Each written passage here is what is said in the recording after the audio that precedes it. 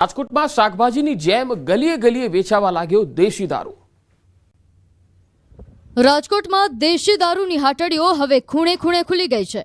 પોલીસની રહેમ નજર હેઠળ શાકભાજીની જેમ લારીઓ અને મિની ટેમ્પામાં પણ દેશી દારૂ વેચાઈ રહ્યો છે, જેના આ દ્રશ્યો જ પુરાવા છે। રાજકોટના આજીડેમ વિસ્તાર બાદ રાવકી ગામ પાસે છોટા હાથીમાં શાકભાજીની જેમ દારૂ વેચાતો હોવાનું ખુલ્યું। બુટલેગરોએ પોલીસ સાથે એવું સેટિંગ કરી લીધું છે કે પોલીસના કોઈ ભય વગર ખુલ્લેઆમ દેશી દારૂની હેરાફેરી કરી રહ્યો છે। નશેડીઓ ખુલ્લેઆમ દારૂ ખરીદી પીતા નજરે પડી રહ્યા છે, પરંતુ સવાલ એ છે કે બુટલેગરો અને નશેડીઓ પોલીસથી ડરતા નથી। નમસ્કાર, ન્યૂઝ બુલેટિનમાં આપનું સ્વાગત છે। હું છું પંકજ શર્મા। શરૂઆત મહત્વપૂર્ણ ખબરથી। અમદાવાદમાં વધુ એક પોલીસ કર્મીએ અકસ્માત સર્જ્યો છે। રાણી બકરા મંડી પાસેનો આ બનાવ છે। પોલીસ કોન્સ્ટેબલે 2 થી 3 વાહનોને અડફેટે લીધા। 3 વ્યક્તિઓને ઈજા પહોંચતા તેમને સારવાર માટે ખસેડાયા છે। Police constable Yuvrajsinh Vaghela Madhupura police સ્ટેશનમાં ફરજ બજાવે છે। એલ ડિવિઝન ટ્રાફિક પોલીસે આગળની તપાસ હાથ ધરી છે। તસવીર આવી રહી છે અમદાવાદથી। 3 લોકો ઈજાગ્રસ્ત થયા છે। એક પોલીસ કર્મીએ અકસ્માત સર્જ્યો। રાણી બકરા મંડી પાસેનો બનાવ। વધુ માહિતી મેળવીએ સંવાદદાતા ઋત્વિજ સોની જોડાયા છે। ઋત્વિજ, આખો આ અકસ્માત કેવી રીતે સર્જાયો હતો અને પોલીસ કર્મી સામે કોઈ એક્શન લેવાયું છે?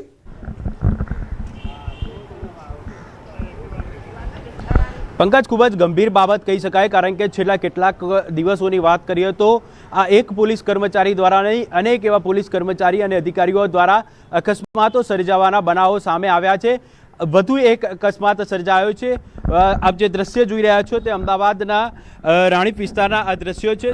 સેન્ટ્રલ જેલથી રાણીપ પોલીસ સ્ટેશન તરફ જવાનો આ જે રોડ છે ત્યાં ગત મોડી રાત્રે કેટલાક લોકો છે તે અહીં બેઠા હતા અને જે એક વેગેનાર કાર ચાલક છે તે પૂરપાટ ઝડપે આવ્યો હતો અને તેના દ્વારા આ અકસ્માત સર્જ્યો હતો। આપ જોઈ શકો છો, દ્રશ્ય પરથી અંદાજ લગાવી શકાય છે કે આ કારની સ્પીડ કેટલી હોઈ શકે છે, કારણ કે આ જે વાહનો છે તે બંને વાહનોને નુકસાન પહોંચ્યું છે। સમગ્ર ઘટનાની અંદર 3 વ્યક્તિ છે તે ઈજાગ્રસ્ત થયા છે અને તેઓને તાત્કાલિક સારવાર માટે સિવિલ હોસ્પિટલ ખાતે ખસેડવામાં આવ્યા છે।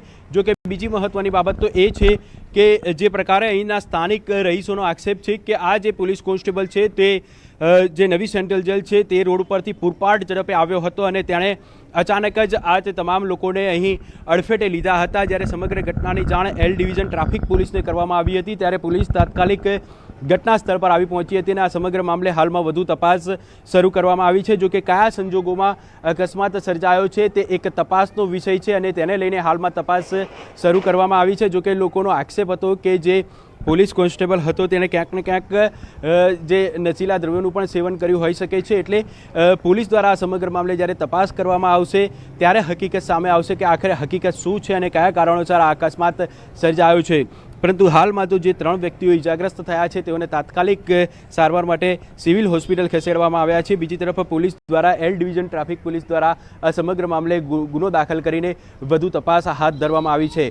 પરંતુ ખૂબ જ એક ગંભીર બાબત કહી શકાય કે જે પોલીસ જવાનો હોય છે તે ખાસ કરીને પ્રજાના રક્ષક તરીકે ઓળખવામાં આવતા હોય છે અને તેઓનું મુખ્યત્વે કામ પ્રજાની સેવા કરવાનું હોય છે। પરંતુ છેલ્લા કેટલાક સમયથી જે પ્રકારે એક બાદ એક અકસ્માતના બનાવો સામે આવી રહ્યા છે તે એક ખૂબ જ ગંભીર બાબત કહી શકાય। ક્યાંક ને ક્યાંક કેટલાક અકસ્માતોની અંદર નશીલા દ્રવ્યોનું સેવન કરીને બેફામ જે ગાડી હંકાવાના કારણે અકસ્માતો સર્જાયા હોવાનું પણ સામે આવ્યું છે। એટલે એક ખૂબ જ ગંભીર બાબત કહી શકાય કે પ્રજાના રક્ષક જ જો આ પ્રકારનું વર્તન કરશે તો આમ જનતા, આમ પ્રજા પાસેથી શું અપેક્ષા રાખવી તે એક સૌથી મોટો સવાલ છે।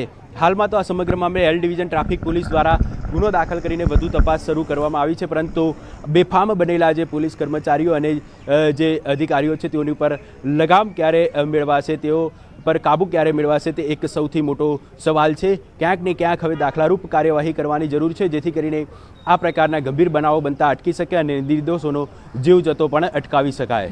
જી ઋત્વિજ, આભાર સમગ્ર માહિતી આપવા માટે। મોરબીના ગુંટુ ગામ નજીક ગંભીર અકસ્માત થયો। રસ્તા પર આખલાના કારણે આ અકસ્માત થયો। આખલાને બચાવવા જતા સ્કોર્પિયો કાર બેકાબુ બની ગઈ અને કાર ડિવાઈડર કૂદી સામેની બાજુ જતી રહી અને અન્ય કાર સાથે અથડાઈ ગઈ। અકસ્માતમાં 5 જેટલા લોકો ઈજાગ્રસ્ત થયા. અકસ્માત સીસીટીવી કેમેરામાં પણ કેદ થયો છે. તમે જોઈ શકો છો આખલાને બચાવવા જતાં સ્કોર્પિયો કાર કઈ રીતે બેકાબુ બની જાય છે અને સામેની સાઈડ જતી રહે છે અને એ કાર જ્યાં આવે છે તેની સાથે ધડાકાભેર અથડાઈ જાય છે. અકસ્માત ખૂબ જ ગંભીર છે અને અહીંયા જોઈ શકો છો કે રોડ પર જ્યારે રખડતી રંજાડ જોવા મળે ત્યારે કેવી રીતે અકસ્માત થતા હોય છે. સીસીટીવીમાં આખો આ મામલો કેદ થયો છે. આખલાને બચાવવા જતાં એક સ્કોર્પિયો કાર બેકાબુ બની જાય છે અને કાર ડિવાઈડર કૂદીને સામેની તરફ આવતી એક કાર સાથે ધડાકાભેર અથડાઈ જાય છે. તસવીરોમાં જોઈ શકાય છે કે એક અન્ય કાર સાથે અથડાયા બાદ ત્યાં લોકોમાં નાસભાગ મચી જાય છે, દોડધામ મચી જાય છે. જો કે કારની પણ સ્પીડ વધારી હતી અને આ જે રખડતી રંજાડ છે એ અચાનક જ્યારે રોડ પર આવે, જ્યારે આખલાઓ રસ્તા પર આવે, ગાય રસ્તા પર આવે ત્યારે કેવી સ્થિતિ થતી હોય છે વાહન ચાલકોની એ પણ તમે આ વિડીયો મારફતે સમજી શકો છો. અકસ્માત આખો સીસીટીવી કેમેરામાં કેદ થયો છે અને આખલાને બચાવવા જતાં સ્કોર્પિયો કાર બેકાબુ બની જાય છે. તસવીરમાં જોઈ શકાય છે કે અચાનક એક કાર ત્યાંથી જાય છે અને આ જે આખલો રસ્તામાં આવે છે તેના કારણે એક સ્કોર્પિયો ચાલક બેકાબુ બનીને ડિવાઈડર કૂદીને અને તેની કાર જે છે સામેથી આવતી એક કાર સાથે અથડાઈ જાય છે. લોકોમાં પણ નાસભાગ મચી જાય છે. જો કે તેમાં જે કાર ચાલક છે તેને ગંભીર ઈજા પહોંચી છે. આ 5 લોકો ઓવરઓલ ઈજાગ્રસ્ત થયા હોવાના અહેવાલ આવી રહ્યા છે. અન્ય જે કાર હતી જે સામેની સાઈડથી આવતી હતી તેમાં જે વ્યક્તિ બેઠો હતો તેને પણ ઈજા પહોંચી છે અને આ જે સ્કોર્પિયો કાર ચાલક હતો તેને પણ ઈજા પહોંચી છે. ઓવરઓલ 5 જેટલા લોકો ઈજાગ્રસ્ત થયા છે જેમને સારવાર માટે હોસ્પિટલમાં લઈ જવામાં આવ્યા છે.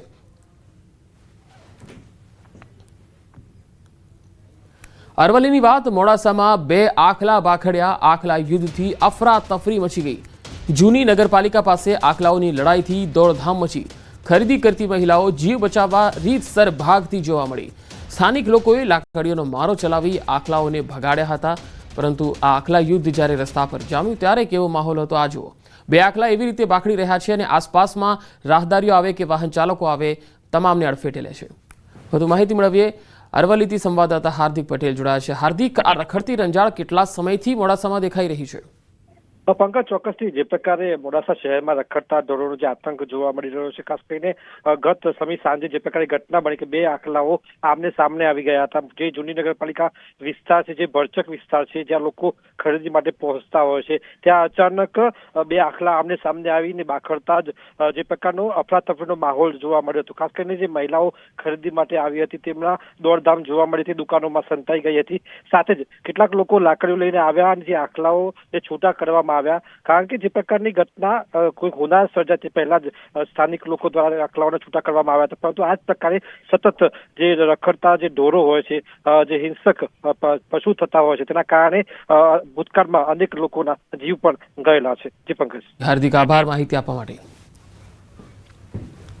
તો આખલા યુદ્ધથી અહીંયા અફરાતફરી મચી અને 2 આખલાઓ એવા બાખડ્યા કે લોકો પણ ગભરાટનો માહોલ જોવા મળ્યો. 3 અલગ અલગ તસવીરો આપણે બતાવીએ. 2 તસવીર તો દ્વારકાથી જ આવી રહી છે અને એક છે અરવલ્લીની મોડાસાની, જ્યાં આગળ આખલા યુદ્ધને કારણે લોકો પરેશાન થઈ રહ્યા છે. જાહેરમાં આખલા યુદ્ધ, દ્વારકાની 2 અલગ અલગ તસવીરો પણ તમે જોઈ શકો છો.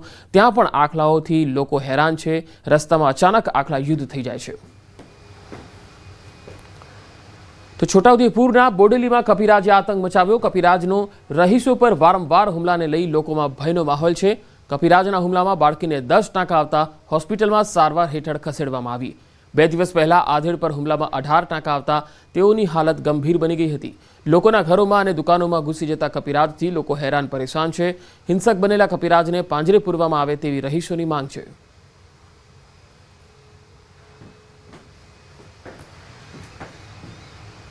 નવસારીમાં 10 સેકન્ડમાં દીપડાએ શ્વાનનો કર્યો શિકાર.